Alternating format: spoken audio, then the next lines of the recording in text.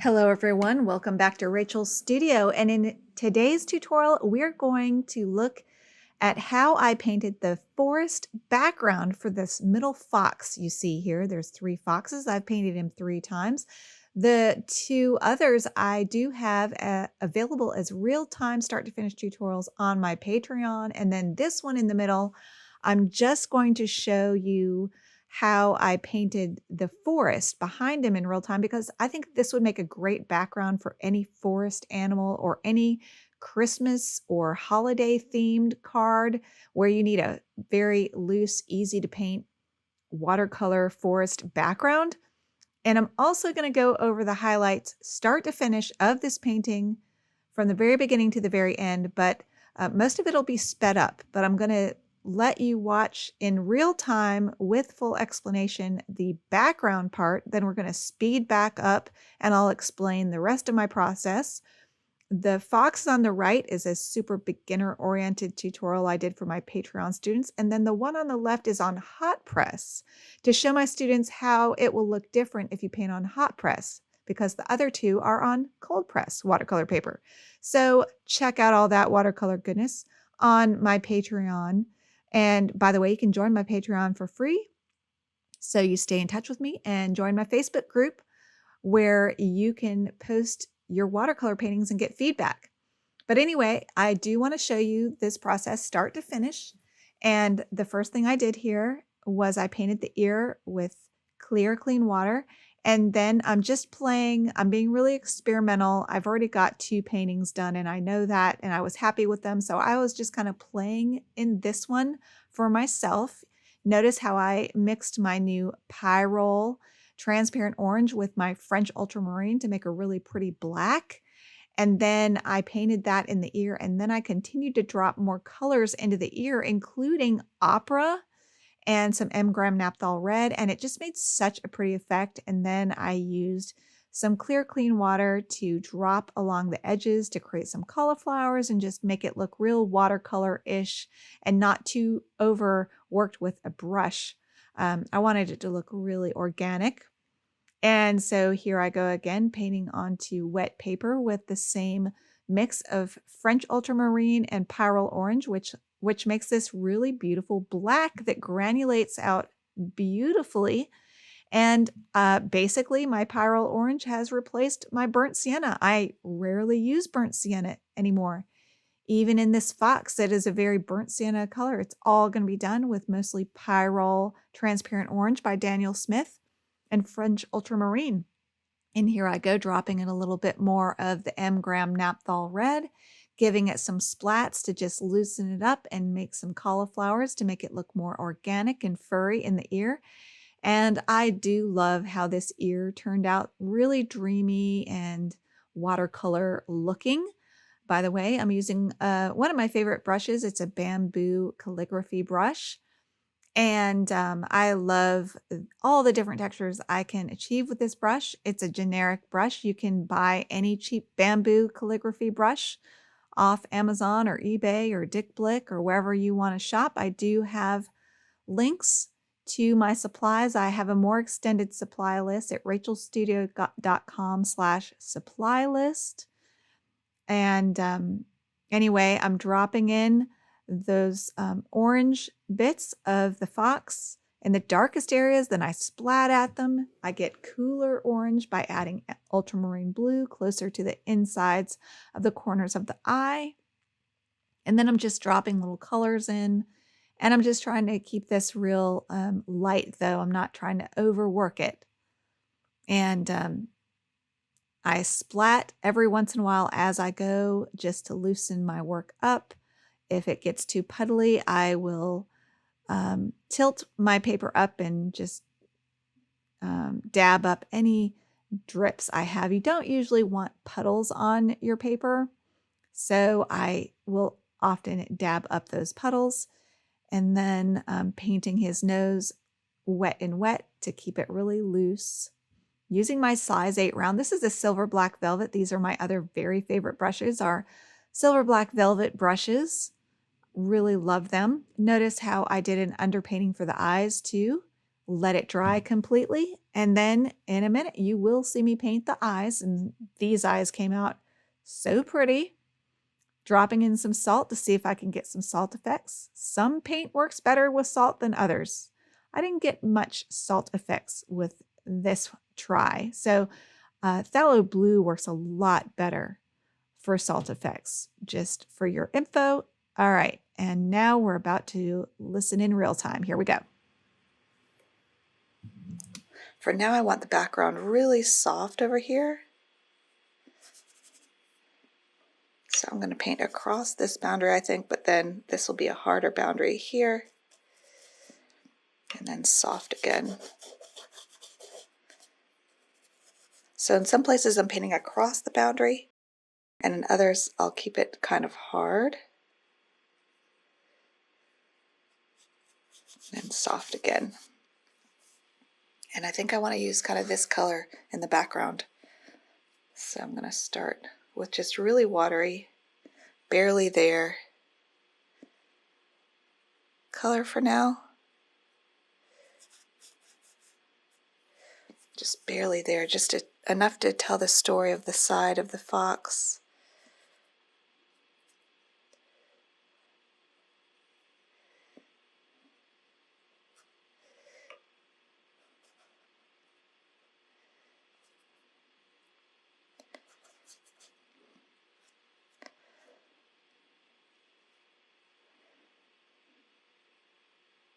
And really I need more mixing space, so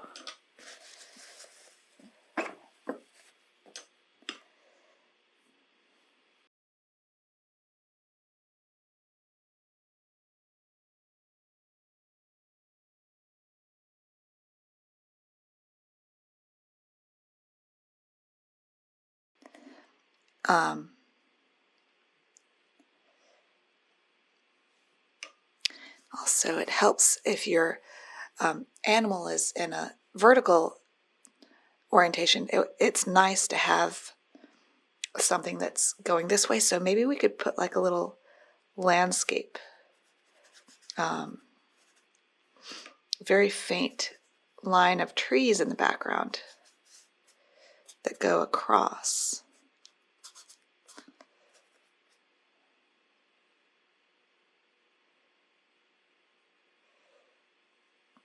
And I also like to splay my bristles wherever there's a furry edge and kind of fur that edge a little bit, make it nubbly.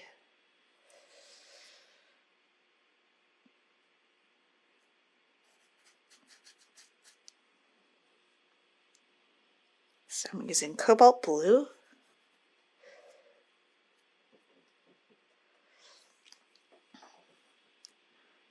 And then a little red, a little orange. To kind of get the same kind of color. And then I do want this pretty white, so I'm going to blot where I want the fox to be white, but a soft edge.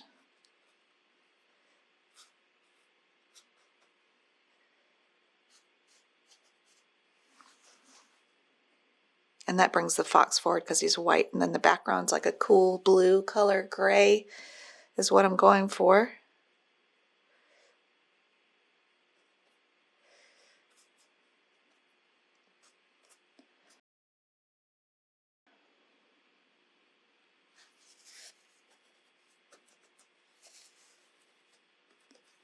Maybe there's a snow line here.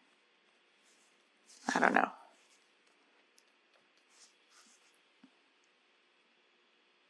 Make it a little darker going across.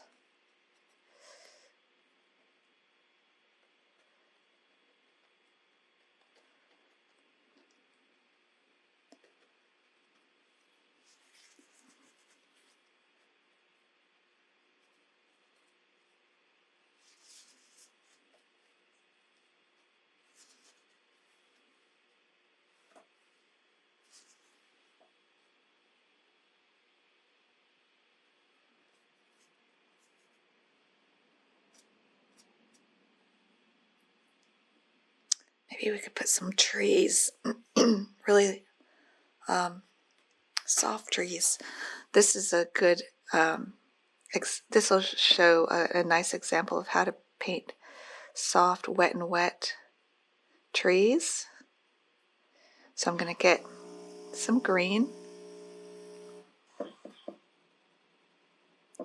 very gray green. So I'm going to add a good bit of orange to it. And I'm using cobalt because I don't want them to get too heavy. I'm not using French ultramarine for that reason. I want them to be light, delicate.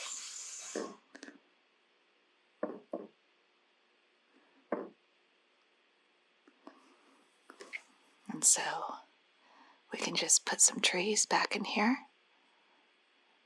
Really soft. A little tree line. Just a hint at them. I'm going to get a little bit of French ultramarine to add to the base of the trees.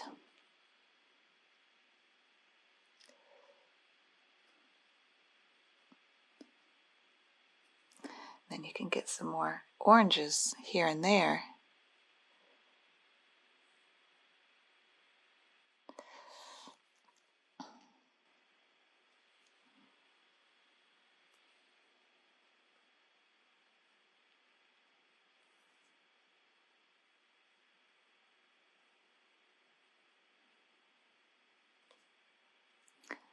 To insinuate a tree line.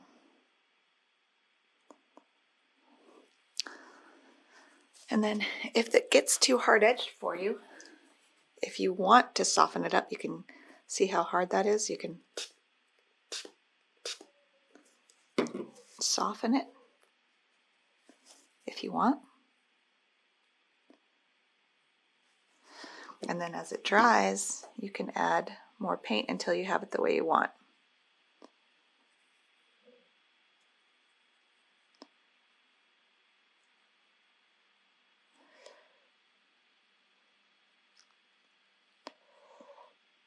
But that insinuates a forest behind him and snow. So I didn't look at any reference. I just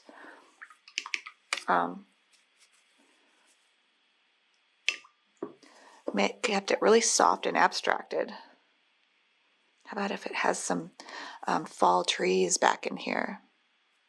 So I'm going to get pure orange now and let there be a few dots of maybe there's some fall trees in the background, you know.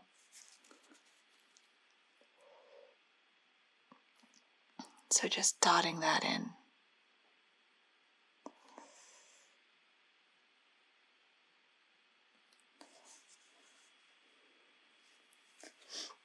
If that gets too dark, later we can glaze over it with some blue.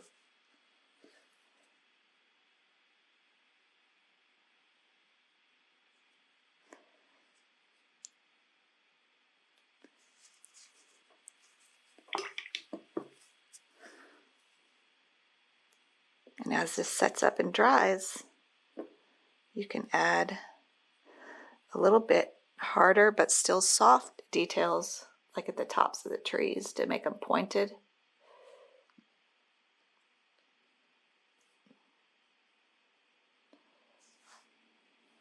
If you want like a fir looking tree.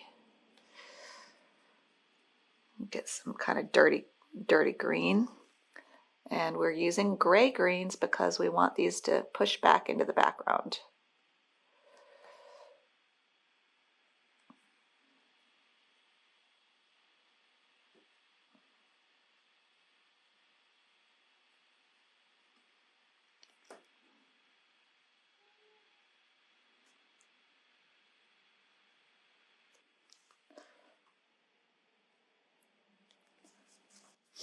And then as that sets up and dries, I'll probably splat at that a little to cauliflower it, but I want it to be a little bit drier so that when I splat at it, it makes some nice cauliflowers.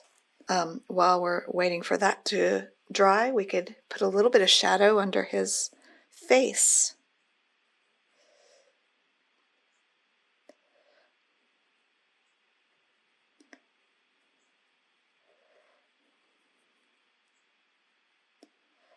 I'm going to put some little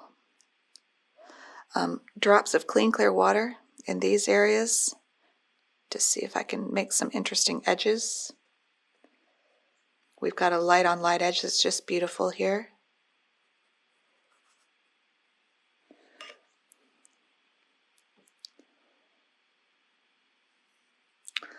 Let's do a cauliflower test. Let's do one little tiny drip.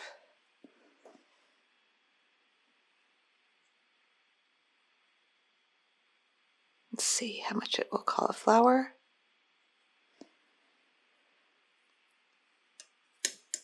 All right, this is probably ready for some splats,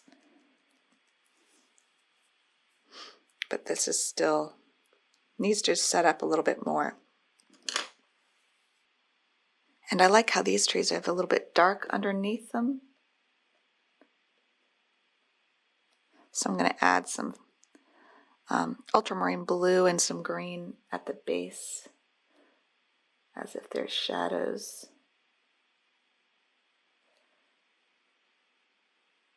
You don't want to overwork this though, that's for sure.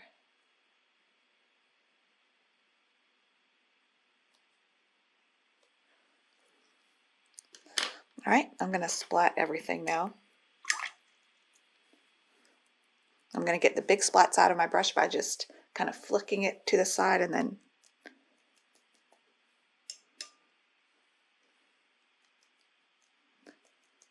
let's see if it'll cauliflower for me. It might not.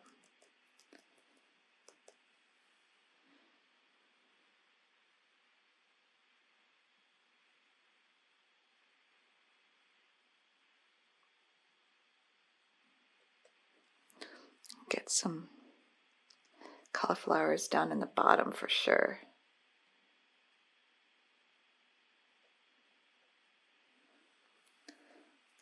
So I dropped clean clear water underneath the darks here, underneath the darks, to push up into the darks here.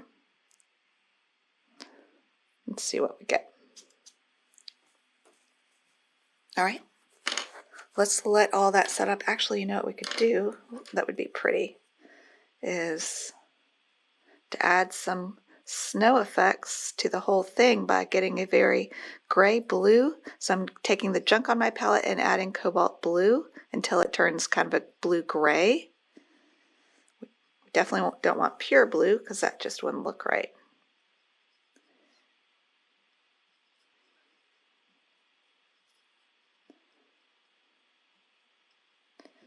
And that's nice and drippy.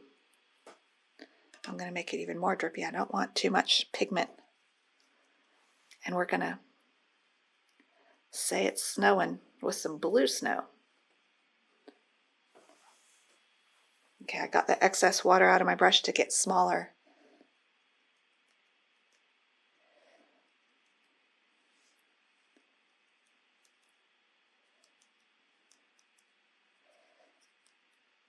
Okay. How's that for adding jewelry in the middle of the painting process? All right, we're going to let that dry and set up, and then we can work on the eyes and the other little details. All right, voiceover Rachel back here. I'm using my size 8 round silver black velvet. I'm going to work on the eyes, and I have my eye formula. I have a really great video. It is for cats, but I use the same idea for painting foxes or humans or cats. I like to get 3 values in my eyes. Usually the top third is really dark. The middle third is the local or the actual color. In this case, it's the orange. And the bottom third of the iris is really light. And that gradation from dark to light really adds some life to eyes. And of course, then I painted around that white highlight in the eye. So wherever you want a hard-edged white highlight, just paint around it on dry paper. Let it dry, and then you can paint your fox eyes. And of course, on my Patreon, anywhere where I've painted eyes that you like, you can watch me paint those eyes in real time with full explanation. And I'm building up the fur textures by painting a layer of fur, letting it completely dry, painting another layer, letting it completely dry. And here we go with painting this other eye. And notice how I make the top of the eye not just darker, but grayer too. It's more of a brown. And then the middle is that bright eye-popping orange. And then the bottom third is really light. And then the most fun part is to let all that dry and then put in the eyeliner. It really pulls the eye together. And here I'm using cobalt blue, using a dry brush effect. That's a great way to get fur textures and botanical textures. I splat into it to get cauliflowers that cause even more fur textures. And I just kept it really simple for that shadow under his chin. And I love to play with color and shadows. It's a great place where you can really play with color. Obviously, shadows are more gray. They look more gray, but you can really add color to your shadows to add aesthetic interest to your paintings. And then I let those eyes completely dry and then went back in with some lamp black to get the pupil nice and dark. Really very interesting eyes here, and they're really piercing and really grab you because my lightest lights and some of my darkest darks, highest contrast, hardest edges, smallest details are in the eye area. So the viewer is encouraged to look at the eyes. I kept my forest really soft and wet so that the forest in the background didn't take too much attention away from these beautiful eyes. Another thing about the forest is it's cooler. There's a lot more blues and grays in the forest in the background, and the brightest oranges can be found in the eyes. And that helps those eyes and the fox pop forward in the viewer's attention span. That'll help the viewer look at the fox and pass over the forest and really call attention to those eyes. And so here I'm just using more dry brush on top of dry painting. To create dry brush, you pick up your paint, blot your brush, and then use the side of your bristles in a fast swishy motion. And it's such an easy way to get really believable fur texture. You can overdo it. I think sometimes it can start looking really busy if you do dry brush everywhere. So you can put down the dry brush and then go in behind yourself with a damp brush and soften here and there. And here I'm just dry brushing in some lamp black to put in the whisker dots, which I think is another nice little detail. And then I'm going to use my favorite white, which is Kuretake white ink. I'm going to add some white furs with that wonderful Asian bamboo brush. You can see the nice texture. Add some white fur. This is considered cheating in watercolor, but as long as it's for yourself and it's not going into a fancy exhibition, who cares? All right, we're going to go back to voiceover Rachel. Real-time Rachel, here we go. I'm using a Pigma Micron pen, by the way.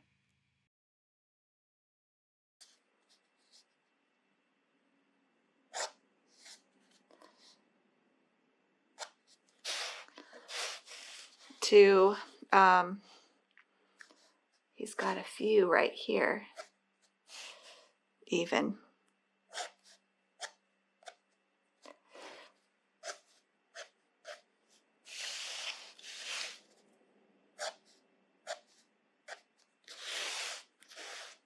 And I'm gonna play up his ear edge here.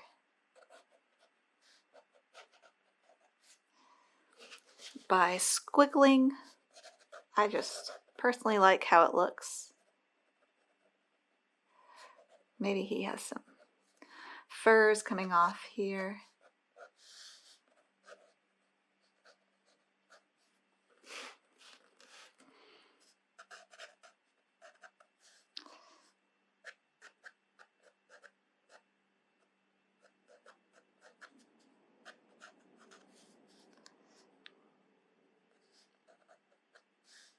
I'm going to put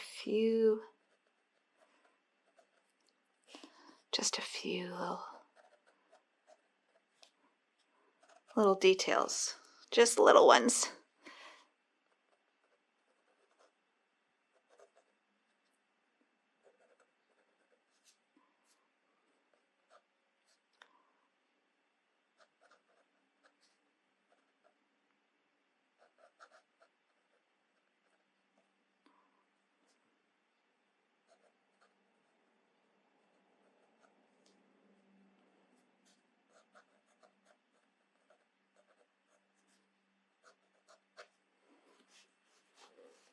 Okay.